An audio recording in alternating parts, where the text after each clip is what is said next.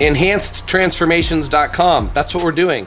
We're creating the most advanced and enhanced transformations of building muscle and burning fat and documenting everything that we're doing.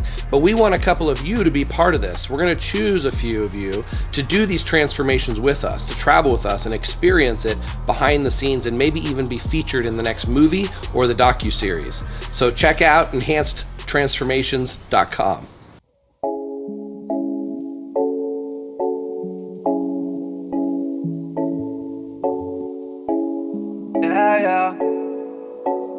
Yeah. Ooh, why always me? Ooh, like I'm Balotelli. Ooh, why always me? Ooh, like I'm Balotelli. Telly. Yeah, why always me? Ooh, like I'm Balotelli. Ooh, why don't you? These enhanced transformations are using the anabolic matrix theory, which is this chart that shows the different growth pathways, because if we're missing any one of these pathways, then we're going to have a bottleneck of growth. For example, if we're taking all the steroids we want in the anabolic column, but we're not sleeping, obviously, I picked a very obvious category, then we're not growing. If we're not eating, then we're not growing. But some of these categories are underappreciated. People don't realize how important they are to muscle growth. For example, estrogen.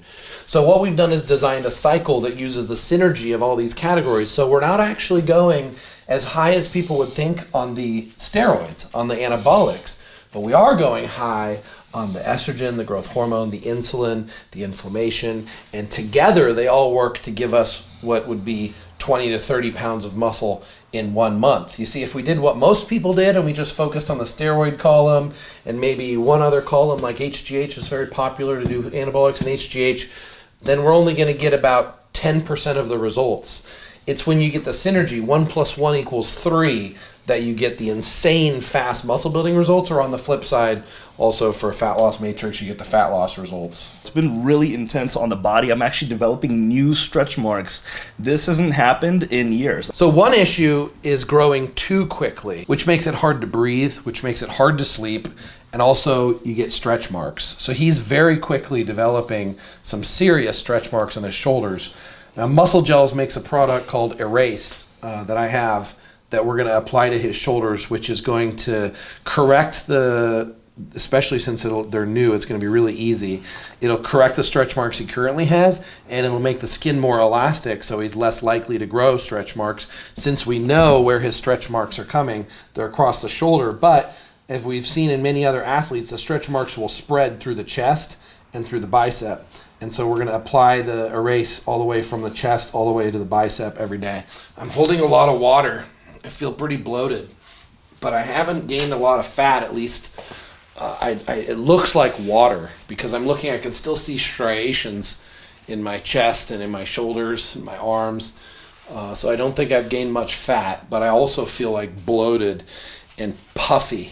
So I'm going to have to take diuretic a little bit more frequently to keep the water off, because otherwise it makes it hard to breathe. I just feel like a big bloated ball. It makes it hard to breathe, hard to walk upstairs, hard to move around, hard to wipe my own ass.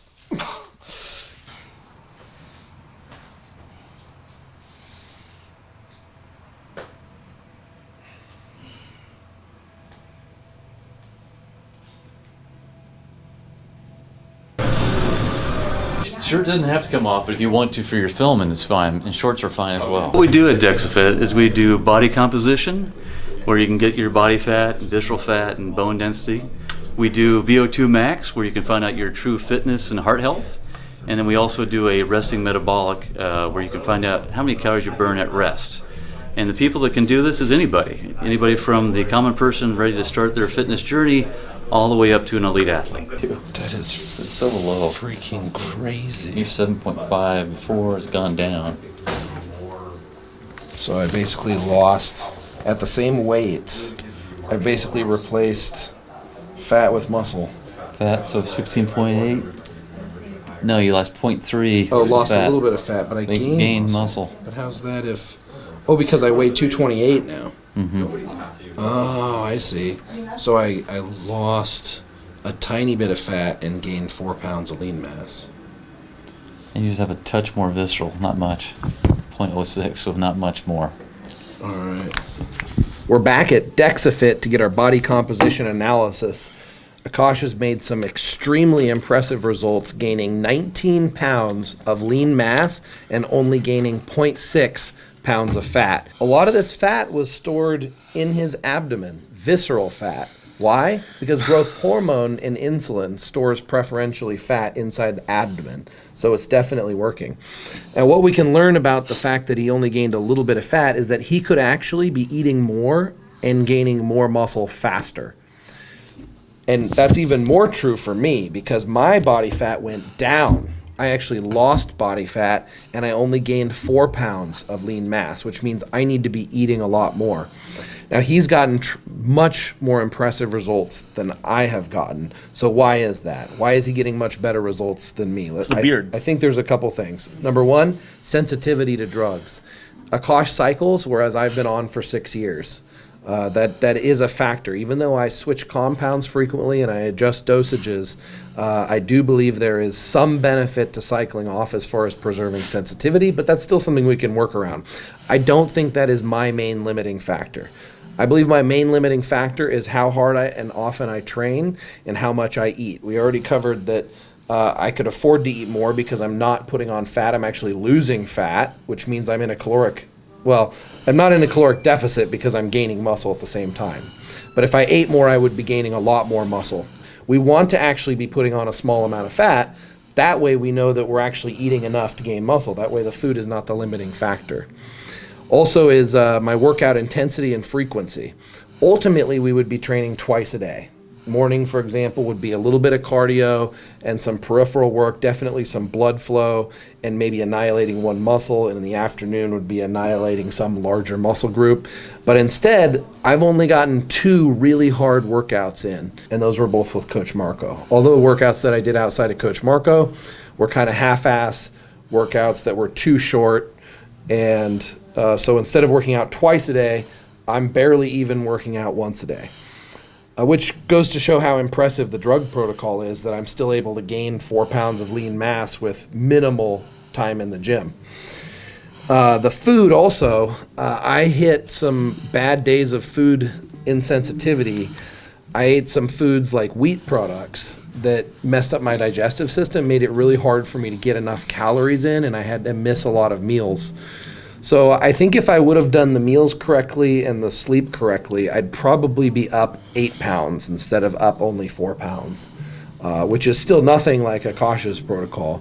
So Akash, what do you think based on these results? Do you think you could have done any better? Obviously, if you ate a little bit more food, you would gain more. How was your training this week? Mind you, my receptors were super fresh because I was only on testosterone and a couple of SARMs here and there. So when I added all these drugs into the equation, my body just capitalized on that. So I think that was the main thing. I work out pretty intense. I didn't do any cardio. Cardio is just dreadful because right now I'm so heavy and stuff like that. But I don't think I could have pushed it much harder relative to me wanting to keep my waist intact and not feel super shitty. This was with you actually taking a couple days off of growth and insulin, too. Right. I scaled it back to maybe 30% of what I usually would have been doing the last 2 days. A little bit of growth hormone insulin, nothing really crazy, and then back on as of yesterday and today. So let's cover how we look real quick. We both look a little bit puffy, even though we both have extremely low body fat. He's got my face is round. He's only 8.6% body fat. I'm 7.2% body fat. We should look very striated and shredded, but we are carrying some water because the growth hormone and the insulin is making us retain water, which, in all fairness, that water also counts towards lean mass on this test. True. But your goal was 20 pounds in 30 days. We already pretty much got there, which allows for more time between now and the end of the deadline to convert more of that water into muscle tissue. Yeah, how much do you think is water, you think, out of the 19 pounds? I think 6. What do you think? Yeah, muscle is mostly water anyways, because if you look at the difference between a steak and beef jerky, for example, beef jerky has no water in it, and look how small that shrinks. So muscle is mostly water in the first place. And when you're on all these anabolics and things, it's increasing the intracellular and the sarcoplasmic, all the water inside the muscle. I guess what you would say is how much of that is subcutaneous water, Sure. or visceral water, not water inside the muscle, because that would count as muscle. So yeah, you've definitely got a few pounds of water. I don't know exactly what that is, but we're going to find that out as we go through this process and we start using the diuretics to peel off the water as it gets closer to the end, so that people can actually see the muscle that's actually developed, not hidden behind a sheet of water. So what do you think? Like, being that, it's been a week and we've already covered this much ground, right? I was thinking push it for one more week. I'm 228 now, probably get up to 235. And then, probably start cutting it up at that point, and then using the last 2 weeks to then like wean off all the, drugs that retain a lot of water, take some diuretics, take some hardeners, and then really get that solid 227. If we can do that at like, maybe a 6% body fat, I think that would be ideal. And started at 207, so that would be 20 pounds of lean muscle. Yeah, so let's make the goal that we at least hit 30 pounds at one time during this process. Right. Yeah. And then, so the goal would be maybe bulk for 3 weeks, and you'll have gained 20 solid pounds of muscle without the extracellular water, without the transdermal water and visceral water, and then cut that last week. Sounds like a plan. Yeah. Friends of Freedom, thank you for watching these episodes on epic transformations with Enhanced Athlete for the second documentary. We're also picking a couple of you from the audience to do epic transformations with us that are about a $10,000 value. No joke.